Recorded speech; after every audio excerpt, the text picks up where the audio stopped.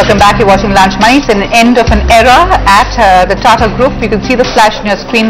Cyrus Mistry has been appointed as the chairman of Tata Sons, and Ratan Tata has been elevated to chairman emeritus. But let's talk about another business house. Even as the RBI chose to pause on policy rates and the CRR just a day after the government revised the growth estimates, I caught up with industry veteran and current CII president Godrej on what the RBI and the government's priorities are right now.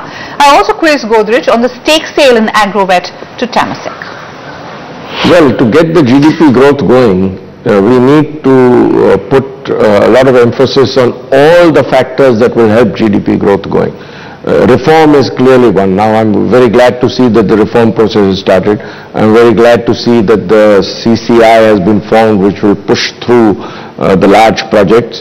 The big reform that could add 2 percentage points to India's GDP growth, other things being equal, is the goods and services tax. If that is put through, that can add tremendous value. So if we can get the reforms going, and if we can get a regime of lower interest rates going, that could help growth get forward. So if we get our act right, I think we could grow at 8 to 9% in the next 5 years. But just managing the liquidity through a CRR, do you think is not enough right now? It's not fully enough. I think interest rates need to come down for 2 reasons. One is lower interest rates will get more investment into the economy. It will also mean that consumption of items that are generally financed, like residential housing, automobiles, etc., would also grow.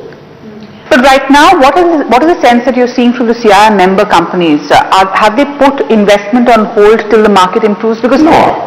I don't think one can make a general statement. I don't think anybody has put investment on hold. Neither is anybody out to invest a very large sums of money, because clearances are a problem, interest rates are a problem. So I would say investment is slowed down, and we need to do everything possible to get investment back to normal. But the fact is that we've already seen a lag in investments. For about 8-9 quarters, we've not really seen the big ticket investments.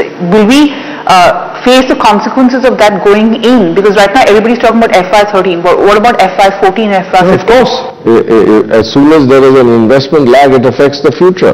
So we must try and overcome the problems that cause that as early as possible. Has it started hurting really? I mean, how much window is there for us to be able to grow in this clip without the rate cut? I think one should take all the steps that could accelerate GDP growth as early as possible. As I said, GST, interest rate regime,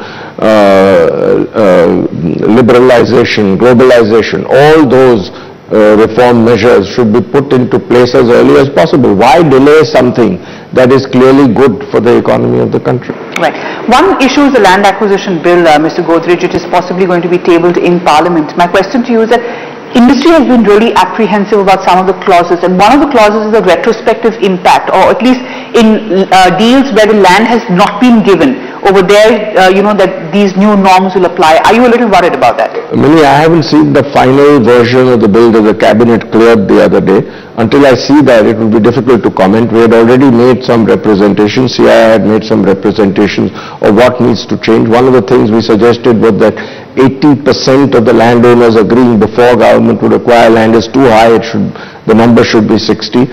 Clearly, there should be no retrospective impact. So until I see the final draft of the bill which the government wants to send to Parliament, it will be difficult to comment. I think they've made some changes.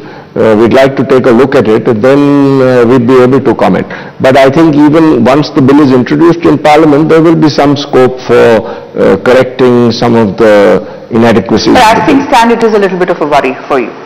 Yes, there are certain clauses which have been worrying in the past. Some were changed, but until we see the final form of the bill the government wants to send, it will be difficult to be sure. Let's talk about Godrej. Godrej Agrovet, you've just sold a stake, a 20-odd%, 19.9% stake to Temasek. What was the rationale, and what is the plan with Agrovet? No, that is to raise funds. Some of it is primary. The money will come into Godrej Agrovet. Some of it will be secondary. Godrej Industries, the family will sell some shares. We have a 10 by 10 plan for the group. That means the group wishes to be 10 times its present size in 10 years' time. That is a compounded annual growth rate of 26%. So some of these funds will be, in fact all the funds will be used towards that objective. So some of it will go into Godrej Aggravate. It's a very rapidly growing company. The sales growth has been running over 30% even in this financial year, where most businesses have slowed down. And we have other plans in other group companies, very strong plans in Godrej Properties, etc. So the funds that the group will get from this deal with Temasek will go into investments into our 10 by 10 growth plan. I'm afraid we'll have to end it there. Thank you so much for joining us. You're completely out of time. That's a wrap on this show. Goodbye.